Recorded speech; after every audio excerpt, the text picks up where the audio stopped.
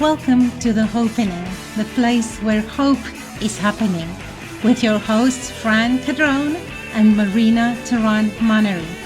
For more information about Fran and Marina, or to apply to be a guest on the show, please go to our website www.hopenning.com. The Hopenning is for informal purposes only and is based on the research of your hosts, Fran and Marina. They, as well as their guests, are not responsible for any losses, damages, or liabilities that may arise from this podcast, which is not intended to replace any professional medical advice or care by medical professionals you are currently utilizing. Hello, everyone, and welcome to the Hopenning, the place where hope is happening. I am Fran, and this is my beautiful co-host, Marina, and we are here at episode number 118, Emotional Addiction. And Marina, this is a topic that is dear to my heart, but I think as well to you. So tell me why you suggested this topic today. Thank you, Fran. It's been something that's come up a lot in my life, but also in my client's life. And I've heard one of my favorite people, Dr. Joe Dispenza, once said that when people have eating issues, it's most likely that they have an addiction, not to the food per se, but to the feeling they get from eating the food. And it's normally not a positive feeling, it's a negative feeling. And that made me think. And so things that I've been going through in my own life, I've talked about this at length on different topics, but it kind of all comes back to the same thing. And I'm going to go back to just kind of fall right into it with this thing about my family, where ever since my childhood, there's been ongoing drama. And it's a lot of conversations and colluding with each other and gossiping with each other and getting on the phone and finding out what's going on today and what is the news in this new saga. And even though my mom passed away earlier this year, it seems like it does not stop. It continues to go on and on and on. And on various occasions in my life, I made the decision to just step away, to take a step back. But yet somehow I get pulled in over and over and over again. And before I know it, I am that person who calls and say, "What's the news today? What is the news? What can you tell me about this new chapter in the saga?" And then the realization is I don't do it because I'm interested in it. I do it because I get an emotional response. And every single time we have an emotion, it doesn't matter if it's a good or a bad emotion, we have a physical response. And I can give you examples of that. If you are afraid, you will get an increase or stress increase in the heart rate. If you are ashamed, you may blush, things like that. But it doesn't matter what happens, there is a physical response when emotions are aroused. And that is that physical response, the things that are released within our bodies, that is what we get addicted to, not anything else. So, and I've seen it in my own life.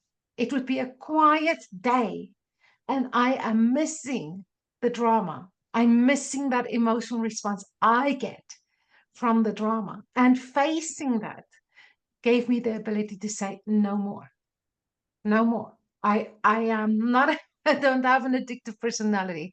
I don't need that in my life anymore. So tell me about you. Well, it's funny you should mention your family because we in our family and my family of origin have very much the same thing. And I think that our viewers most likely have that as well in their family of origin, or even in the family that they're in right now. And these patterns are developed in childhood. So if our childhood was an emotional roller coaster, everybody is happy when dad is happy. Everyone is not happy, if dad is not happy, and we work so hard to get dad happy again, and then when he is, we all collectively sigh a relief. And so those patterns are built when we're just so little. And so the ages of 0 to 7 is when this is built. And so if you're in a unpredictable household with different types of trauma going on, there is patterns that are built within us that really do take lots of intense work and thoughtfulness and awareness to recognize and then move away from. We have a we have a little saying, an acronym in Al-Anon, because most of the people who end up in Al-Anon came from an environment similar to ours, right? We are not addicts ourselves. However, we're addicted to an addict because of the emotional roller coaster that comes along with it. So in Al-Anon, we call that acronym HALT, HALT. So we need to look at ourselves. H is for hungry. Are we hungry? Are we alone? Are we lonely? Are we tired? Hungry? Oh, sorry. Hungry, angry, alone, lonely, or tired? Halt. So before we pick up the phone and text back, or before we phone, or before we send that email, we have to halt and think, am I any one of those four things? Because if I am, stop, halt, back out, Yeah. and Yeah. deal with whatever's HALTing you, because nothing good will come out of engaging at that moment. And so, Marina, we are we're typical of most people. So I'm not sure what age you were at when you first got therapy. For myself, I was okay. I would have been around 34 the first time I went to therapy. And it was super interesting how the therapist handled my severe depression. So tell me about when you first got therapy for what you know are problems related to emotional addiction. Well, I think just the turmoil of my childhood was um, really a lot to deal with, and I mentioned this before. I had anxiety attacks, and so it was that I was in university that ended me up in therapy. But it was one session because the therapist knew my dad, and it was he did there was one takeaway that I got from it, but it did not solve anything, and I didn't go back for many many years, and I became when I went through a great loss in 2007. I went for therapy again, but by then, you go through so much that you can actually write all the books on subjects like that. So I had to go for grief counseling, or I chose to. And after like the second session, they basically told me, but you know all this stuff, why are you here? And knowing it and applying it is completely two opposite things. So I ended up not really getting the help I needed until many, many years later. And it was getting trained in rapid transformational therapy.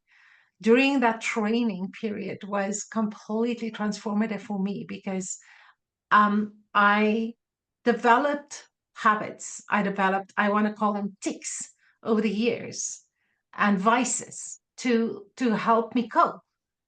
But it didn't really serve me. One of that was overeating and emotional eating. And it did not serve me. I did not like who I was. I did not like the results, of course. So understanding why these things were in my life And especially when there is a lot of trauma in childhood, it's like an onion. It's not just go for therapy and now you're healed. It was chipping away at the one layer after the other until I felt, okay, now I can actually be myself. I am allowed to love who I am and just be myself with so much conviction and happiness and whatever you want to call it. So that's when I knew I was free. How about you? At the age of 34, I was pregnant with my second daughter, and I knew that things were not going to change. And I fell into a deep depression, and it could have been the additional hormones going through my body at that time. So I went to a counselor for maybe 3 months, and he helped me get through that. He helped me get through that by giving me different little techniques and stuff. And after my daughter was born, it wasn't much longer after that, a number of years, not long at all, before it all reoccurred again, all the depression and anxiety and feelings of hopelessness. And at that point, I knew that my life had to change because I was now being a role model for my own daughters. And that was the impetus it was to actually make a life change. So a separation and then into counseling, into in-depth counseling for 5 years, 5 years of every week going to see my counselor, who thankfully and gratefully, I will always be glad that I saw him, because he helped me through and helped me to see my own patterns, and perhaps that my patterns were related to how I was raised as a child. But looking back on it now, I could have saved myself so much time. I could have saved myself a lot of money and a lot of time, and it would have been so much faster if I had known about rapid transformational therapy, right? I mean, at that time, that was 25 years ago. So hypnotism was a stage show. It Yeah. was something you did with a bunch of friends and everybody's drinking and you watch it on a stage. And, you know, people laugh and they still ask, will I cluck like a chicken after? Right. And I'm like, you can do whatever you want, but it's not going to be not going to be because I told you to cluck like a chicken. Right. And if Right. you really want to freak people out, go ahead, cluck like a Right. chicken. But that is so not what we do. And so, in the meantime, rapid transformational therapy was really the solution for me, because I actually I knew that I had trauma from my childhood. I knew it, but I wasn't the fly on the wall. With rapid transformational therapy, you're able to see the big picture. You're able to see yourself, other people that are playing a part in that scene, but you have a different perspective because it's like you can see it all. And with my mind now, with my adult mind, yeah, I can see how it all played out and how the roles were, and why I behaved the way I did, and why I grew up believing what I did Mhm. about myself, which I just could not shake. Like you, I mean, I became an overeater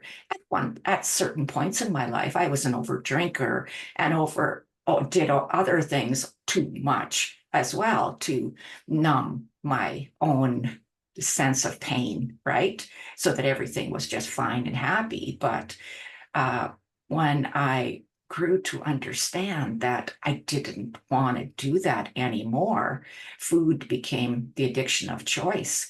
And then exercise became the addiction that had to offset the food of choice. So it was a bunch of dominoes. If we'd have had rapid transformational therapy, it would have been so much Well, we would have ripped that Band-Aid off. I've got clients that say, do you want to rip the Band-Aid off now, or do you want to pick at that scab for a long, long time? So that's what I say too. Rip that Band-Aid off, see what's underneath, dig down, and get her healed, get her fixed for once. So I want to talk about addiction, and because if you look carefully at what addiction is, whether it is cocaine or any narcotics or alcohol, cigarette smoke, of sugar, um, exercise, it is never really the substance. It's the feeling people get from doing that, stress relief from smoking, having that as a vice, alcohol as a coping mechanism, or as a relaxer, or and the feeling that you get from how do you feel when I use that. And then you get to emotional addiction. And I think even you can even go to TV shows, watching a lot of dramas and a lot of murder mysteries. It has a certain appeal to it.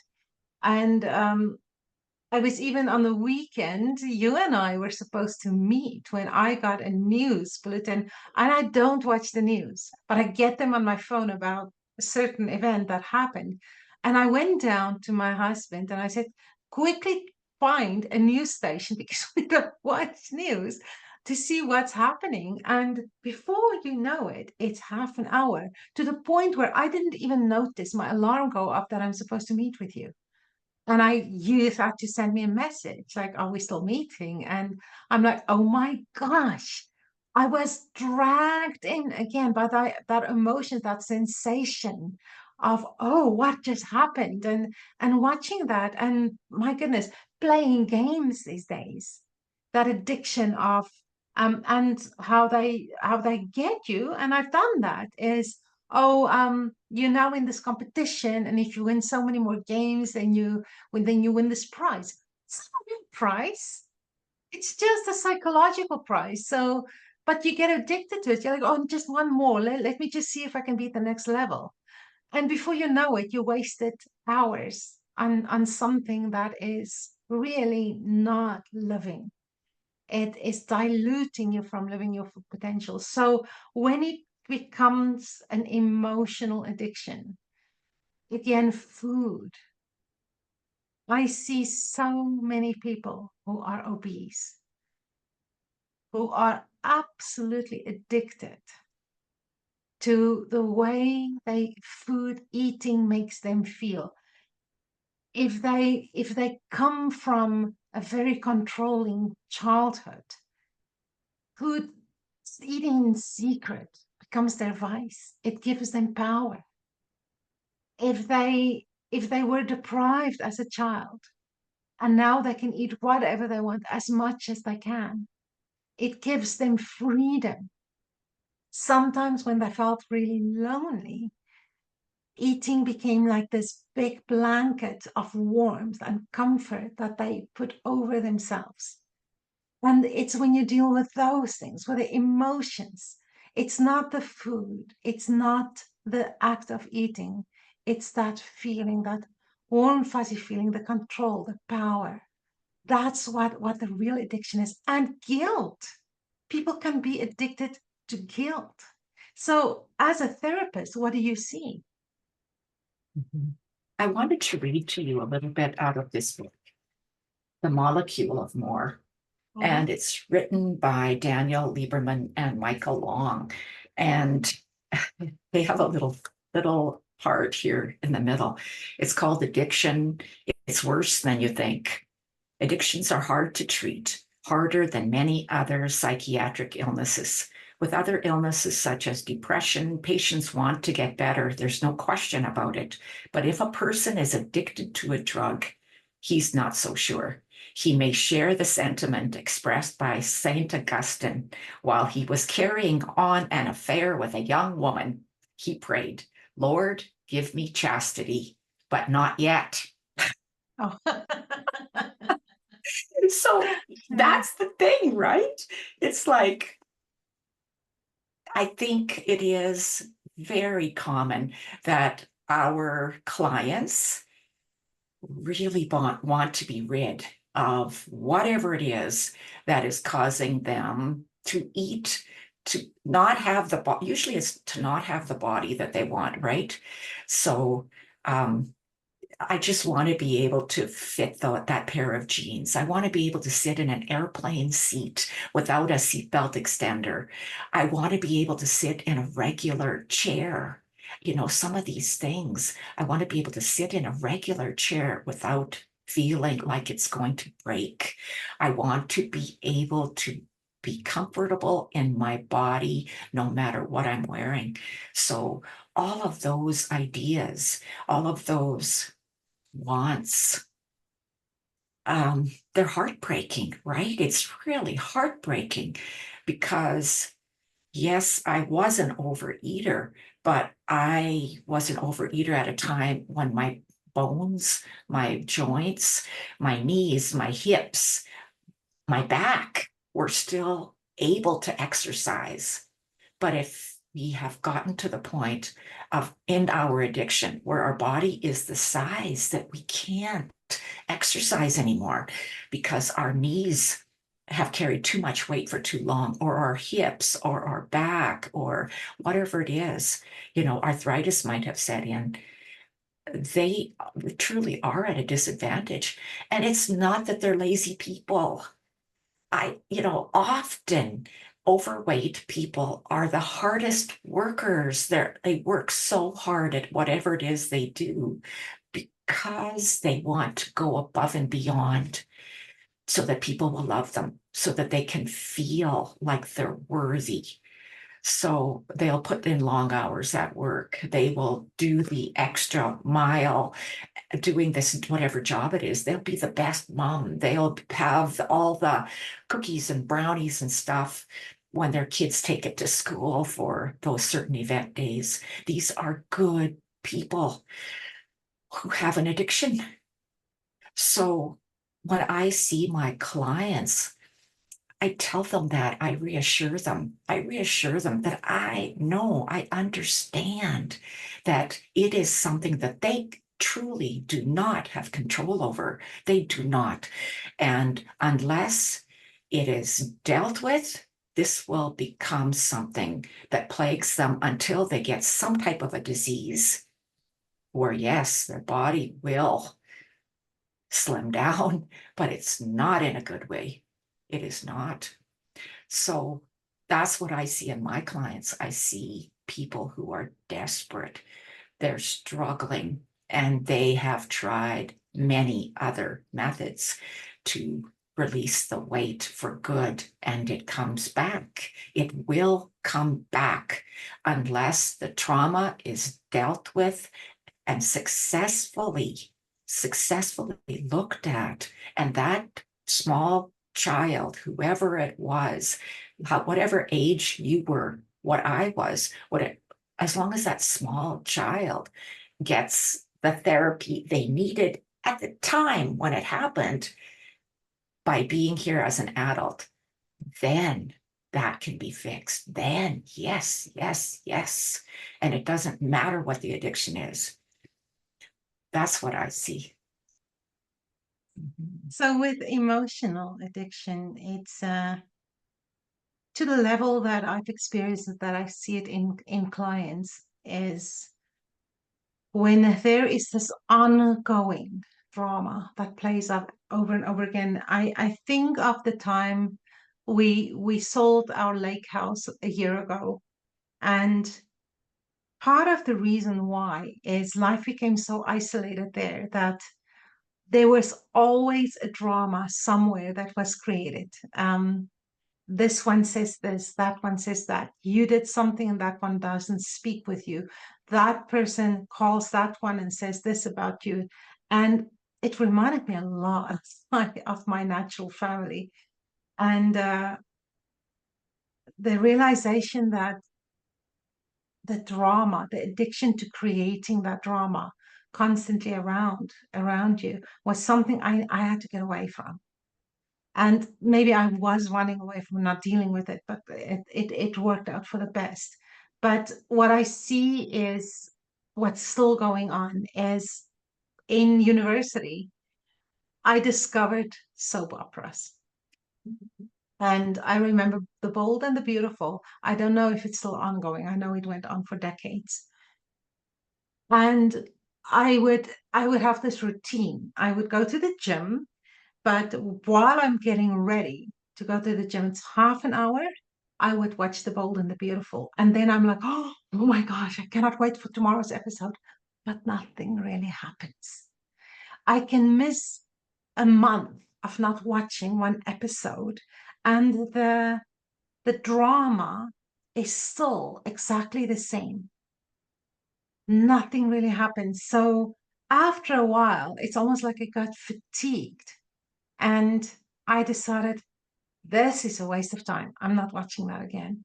And I didn't miss anything. And I'm pretty sure if it's still ongoing today, there's still the same storyline. This man who loves two women and cannot really choose between the two of them. And business gets involved and family gets involved and it's ugly. And this one sleeps with that one and that one sleeps with this one. It's maybe some of the characters are older today, but I promise you the storyline is exactly the same. So here is the reality of when there is ongoing drama inside a family. It is exactly like the soap opera.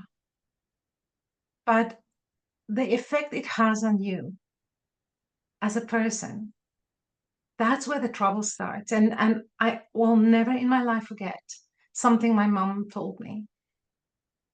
And it was when I was bullied in high school. And I came home in tears one day and I cried. And I said to my mom, I hate this specific girl. And my mom had this little statue in the living room. And she said to me, okay, take all that hate you have for this girl and place it under that statue. And then watch after a few minutes, did the statue change? And I said, no. And she said, but did you change? Look at your heart. And I realized that hatred was so bad for me, not for the other person. It's not going to touch them. And that changed me forever. And it's the same thing in this family. Getting involved in this ongoing storyline that is never changing, it's never ending. Putting myself in there, having an opinion, having the conversations, making the phone calls, trying. I've always been the one who tries to fix everything, trying to fix it when people do not want to get help. It really damaged me. And I had to find that strength within me to say, enough. I'm now stepping away from it. It's still going to happen, but I don't need to be in the middle of that hornet's nest anymore. I can be outside of it. I can still observe it happening, but emotionally, I'm not going to make myself that vulnerable again to be in the middle of it. I'm not doing it now. The moment I made that decision, my curiosity drove me crazy. It's like withdrawal. I wanted to make the call. I wanted to know what's going on. I wanted to ask. I wanted to give advice. I wanted to be involved because I was used to that. So I had to teach myself how to get used to this now absolute peaceful, no nonsense life that I've built for myself that does not involve that drama. And that was almost the hardest work, is get to get used to the new, to get used to the drama-free life, to kind of make a separation from that emotional addiction that I had, that energetic connection that I had with the drama, and then decide, when I'm not involved anymore, how is it going to change my relationship with my family members? What am I willing to talk about? Who am I willing to talk to? What advice am I willing to give, if any? How many times in a month or a week or a day am I willing to be involved in this or available to it? Can I talk about, oh, this good thing happened in my life and that good thing happened in my life and my kids are doing this and my kids are doing that. How is the weather out there? Can I do that? Is that going to be good enough for me? And in some cases, I realize that because I'm not the only player in this, maybe it's good to just have a little bit of a separation in the relationship. Not in love, that's different.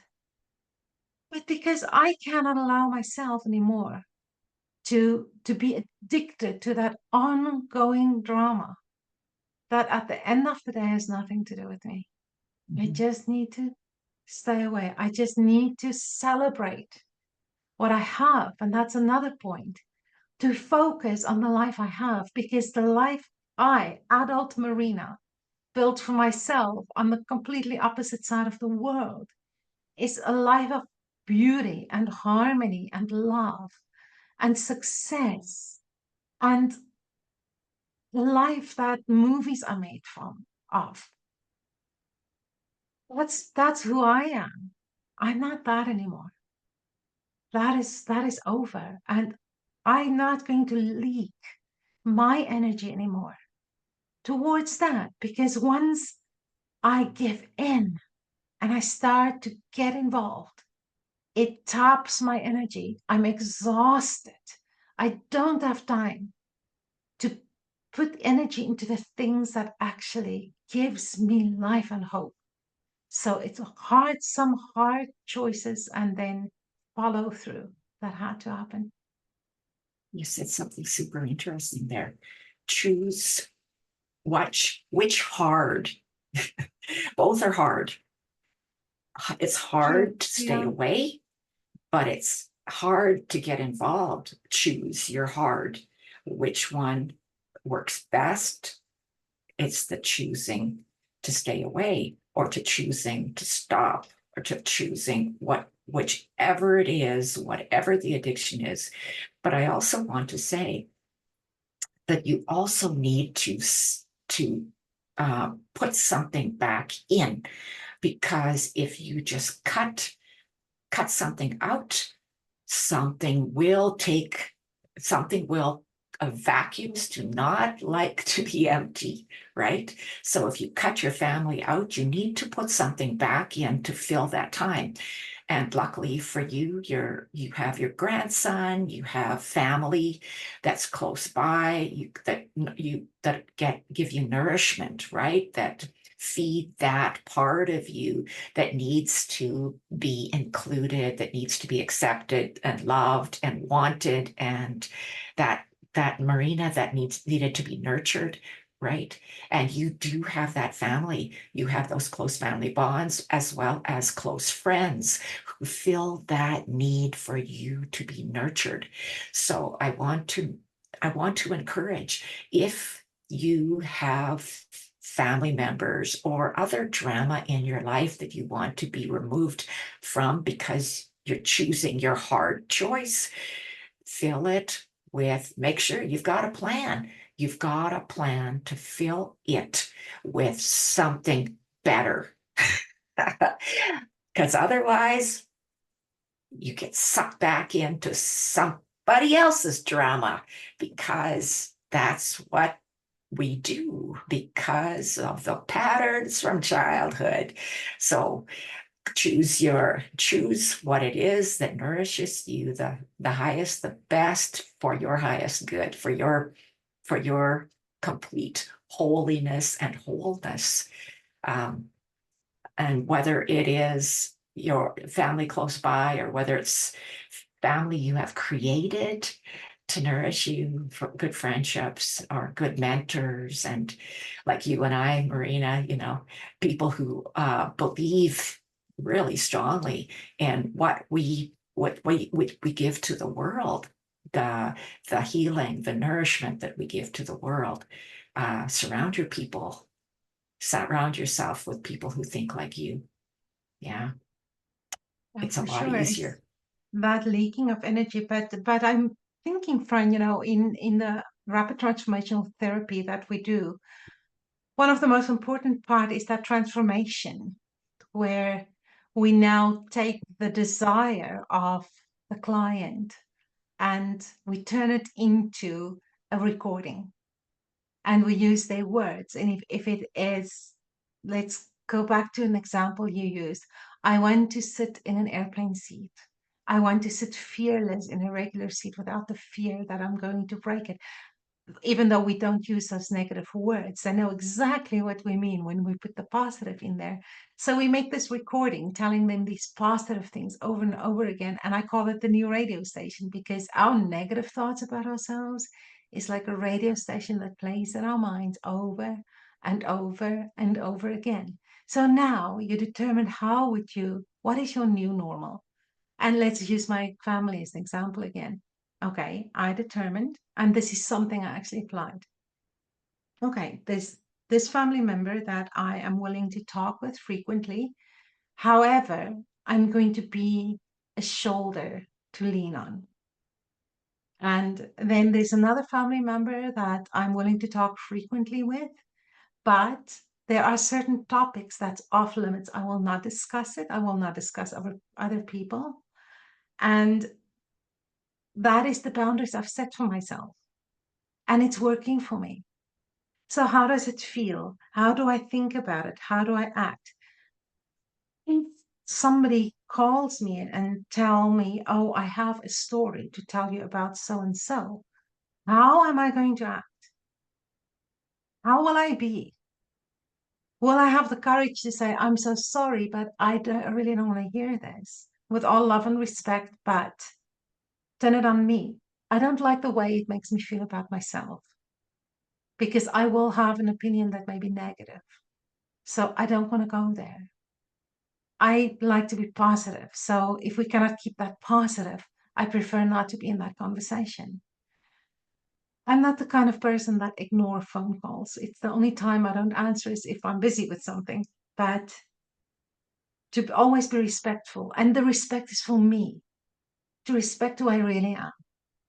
So how can I respond and make that, and then start to rehearse that, start to listen to that. In the case of our clients, you have this beautiful recording now. Start to listen to that. To me, it's like meditation. And if you look at the definition of meditation, it's to become familiar with. And so it's to become familiar with a new way you want to be. And the more you listen to it, the more it goes into your subconscious mind. And then your body responds to that. And now, when I deal with my family, even though their drama is still ongoing, there is this separation where I am not emotionally that involved anymore. I don't get upset anymore. I don't have sleepless nights anymore. I don't have the fast heart rate and the feelings of frustration and anger anymore. I only have love and peace and happiness and gratitude that that's not mine anymore. So listening to that recording, going into that meditative state where you can listen to it over and over again and rehearse it as if it is a new role that you will be playing. That is just one of the most amazing things that we give our clients and ourselves. Mm-hmm. And even listening at this, I often listen to recordings at night when I can't sleep. If I've got lots going on in my head and my conscious brain wants to keep figuring something out, even though it's 2 a.m. in the morning or 3 a.m. And I'm like, I have to sleep. I will put on a recording and it will, it will, it will create in me a sleep. I don't understand it myself, but I will fall asleep listening to the voice that's encouraging me in many ways. I will fall asleep because my mind is on something that's different than the problems on the outside world. My mind is focused on the contemplation of receiving. It's almost like a blessing, right? The recordings that we make are I consider them blessings because they're Absolutely. made so much love by Mhm. whichever practitioner did it for me. So that's what I'll do. And it ends my sleepless nights. And when I'm having an episode, because I'm hungry, angry, lonely, or tired about something, and something goes through my head about some particular person who at that moment I believe has done me wrong, I will stop if I can, and I will list as many good things about them as I can, whether it's on a piece of paper or whether it's just going through my head as I'm driving. I will list all their good qualities because it's a mind shift. It'll shift my mind into the zone where I want to be, of a person who's grateful rather than a person who's bitter and resentful. So there's lots of little techniques that we can use if we know what they are. And if at that moment we recognize and are aware that, okay, that's me falling back into my pattern again, I can get myself out of it again because I know where it came from and I know how to get out of it. So, like rapid transformational therapy, lots of different ways that I continue to use it in my life right now to keep my energy levels high and to keep my hope going. So it's For a sure. So to recap today, when if you are trapped in an emotional situation that keeps you trapped in it and you feel you cannot escape, analyze it, recognize it, see for yourself that is this really where you want to be? How can you be involved without the drama, without that emotional connection? Can you step away? Can you create separation between you and that? Can you decide how you are going to act and stick to it?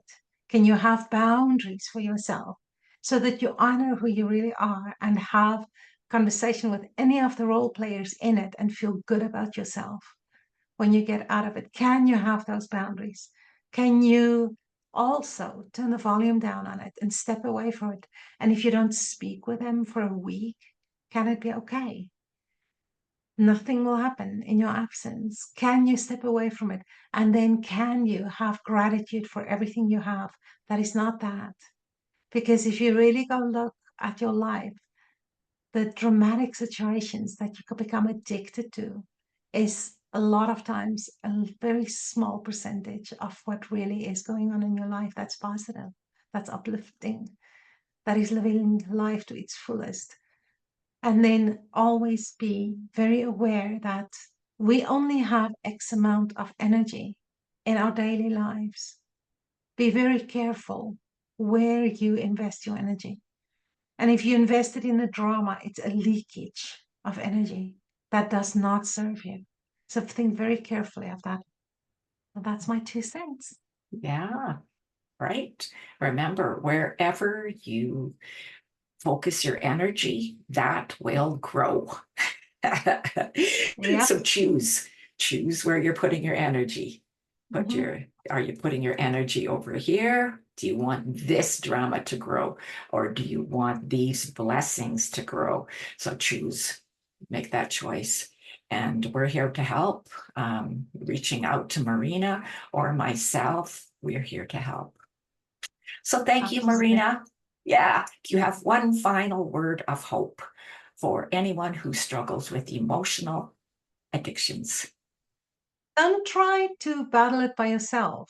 There are people who are very experienced in this. Reach out. Don't try to be a champion. And just understand that this is actually much more common than most people think. And it's you're not alone in it. There's a lot of help available to you. And if you want to reach out to Fran or myself, our website is the Hopenning. Remember, it has two N's, HOPENNING.com. And you can reach out to us directly through that website. And we would always be happy to chat Mhm. and to help wherever possible. Yeah. Confusing Well, my words here. So anyway, thank you, Fran. thank you, Marina. You're And thank welcome. you, everyone, for joining us. And we ask and encourage you to subscribe. If you liked what you heard today, we have 118 episodes Right. of all kinds of topics, and I'm sure that there will be something in our Right. previous episodes that that you may enjoy listening to. We'll Excellent. talk to you soon. Thank you. Bye Bye-bye. bye.